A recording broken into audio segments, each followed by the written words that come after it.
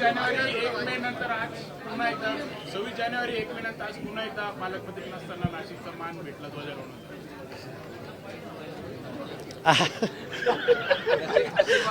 आता मी तुम्हाला काही वाईट वाटतंय का? चांगलंय की नाही? मग आता काय फक्त ते अधिकृत पाहिजे एवढं, हां फक्त ते अधिकृत पाहिजे। नाही अधिकृतच झालं ना? नाही अजून नाव नाही आलं, नाही पालकमंत्री म्हणून नाव नाही आलं अधिकृत। ते आज विशेष करून शासनाने स्वातंत्र्य दिनासाठी झेंडावंदनासाठी मला या ठिकाणी पाठवलं, माझी नियुक्ती केली, त्याबद्दल तर शासनाचे माननीय मुख्यमंत्री महोदय, दोन्ही उपमुख्यमंत्र्यांचे आभार। आपला जो विषय आपल्या मनामध्ये जो विचारतात आपण मला पालकमंत्र्याचा, तो निश्चित लवकर होईल। मला असं वाटतं तिन्ही मंत्री ठरवून बसून हा निर्णय लवकरच करतील असं मला वाटतंय। तो काय जे निर्णय घेतील तो आम्हाला सर्वांना मान्य आहे। पण काल भुजबळांनी नाराजी व्यक्त करून दाखवली होती। काय भुजबळ म्हणाले की धुळ्याचं पालकमंत्री पद देत होते, पण मी नाही म्हटलो आणि गोंदियाला पण गेलो नाही, कारण येण्या जाण्यासाठी खूप वेळ लागणार होता। सो त्यांनी मी सोबतच होतो त्यावेळेला, कुठे नाराजी त्यांची कुठे नव्हतीच। त्यांनी सांगितलं की मला तिकडे गोंदियाला दिलं, पण माझी तब्येतही बरोबर नाही आणि मला इतका लांबचा प्रवास झेपवणार नाही म्हणून मी नकार दिला। पण कुठे नाराज असल्याचं तर मला काही दिसलं नाही। आम्ही सोबतच होतो, रात्री 2-2.5 तास आम्ही कार्यक्रमाला सोबतच होतो।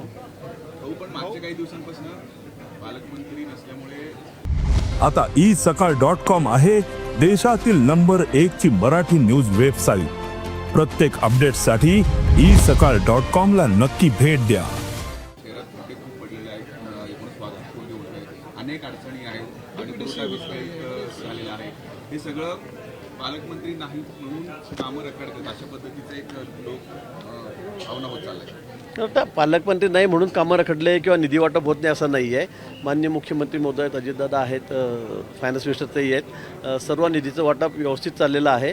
आता कुंभमेळ्याच्या निमित्ताने आपण बघितलं असेल किंवा आता आपण बघाल थोड्या दिवसामध्ये सर्व रस्ते आता आपण चकाचक करतोय, नवीन करतोय। आजूबाजूच्या परिसरातील नाशिक जिल्ह्यातील रस्ते हजारो कोटीचे टेंडर आपण या ठिकाणी काढलेले आहेत। रिंग रोड आपण करतोय 6,000 कोटी रुपये खर्च करून।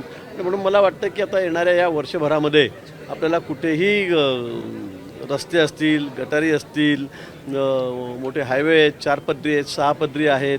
कुंभमेळ्याच्या निमित्ताने तरी आता सर्व आपली कामं ती सुरू झालेली आहेत आणि मला वाटतं ते 1.5 वर्षामध्ये सर्व पूर्ण होतील।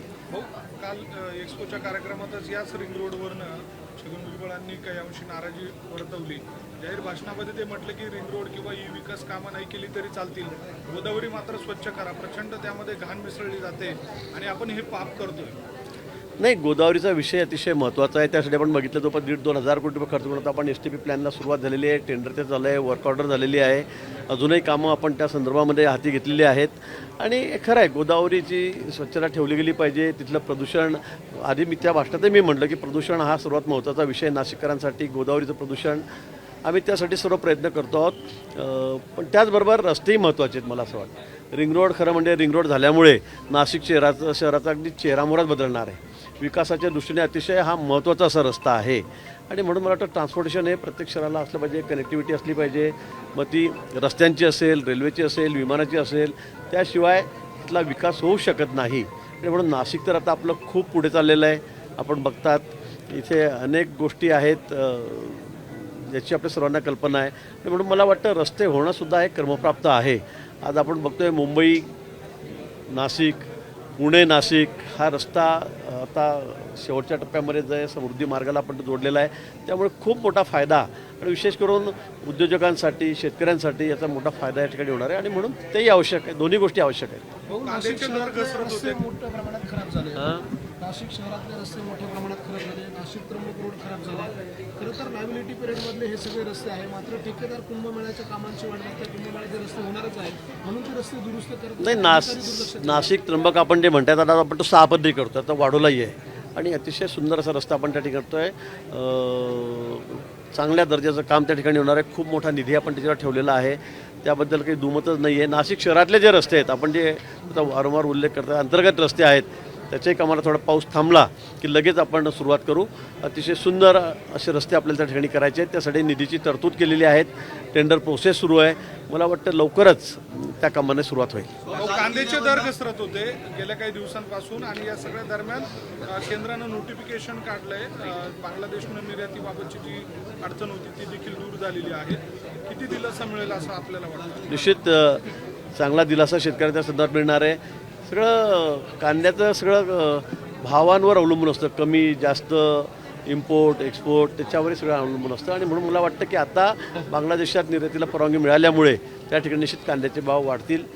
सरकार हे शेतकऱ्यांच्या हिताचा निर्णय करणारं सरकार आहे. ज्या ज्या वेळेला भाव कमी झाले त्या त्यावेळेला सरकार निर्णय बदलत असतं, नवीन निर्णय घेत असतं. पण निश्चित शेतकऱ्यांना चांगला भाव मिळाला पाहिजे ही आमची भूमिका आहे. स्वातंत्र्यदिनी कत्तलखाने बंद ठेवावे असे आदेश देण्यात आले होते मात्र चला नमस्कार.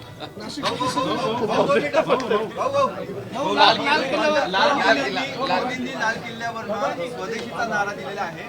व्यापाऱ्यांनी पण आपल्या दुकानाच्या बाहेर स्वदेशी वस्तू विकत आहोत बोर्ड लावे असं सांगितलेले. आपण कसं बघता? ट्रम्पचा इशारा आहे एक प्रकारे. अतिशय महत्त्वाचा विषय खरं म्हणजे आज आपण बघताय जागतिक बाजारपेठेमध्ये आज ज्या घडामोडी चाललेल्या आहेत, विशेष करून अमेरिकेकडून जे निर्बंध लावले जात आहेत, त्यामुळे आपण स्वदेशीचा स्वीकार केलाच पाहिजे. आपण सगळे स्वयंपूर्ण आहोत. आपला देश आहे आता आपण बघतो आपण किती सगळ्या दृष्टीने आपण स्वयंपूर्ण होतो. मग मेडिसिन असेल अगदी सगळ्या दृष्टीने आणि म्हणून आपण स्वदेशीचा जर वापर केला तर मला असं वाटतं तर मग आपल्याला कुठेही बाहेर जाण्याची गरज नाही. फार कुणाच्यावर अवलंबून राहण्याची गरज पडणार नाही.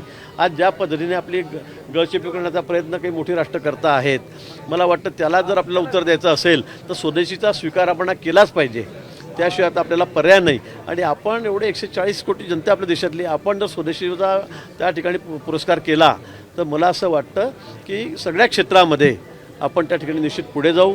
आपल्याला फार इम्पोर्ट मालाला फार भाव देण्याची किंमत देण्याची गरज राहणार नाही.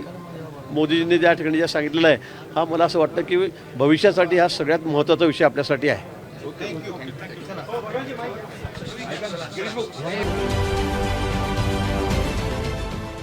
देश विदेशातील प्रत्येक घडामोडींचे लाईव्ह अपडेट मिळवण्यासाठी आता साम टीव्हीच्या सर्व सोशल मीडिया प्लॅटफॉर्मला लाईक, फॉलो आणि सबस्क्राईब करा. तसंच सर्व नोटिफिकेशनसाठी बेल आयकॉन प्रेस करायला विसरू नका.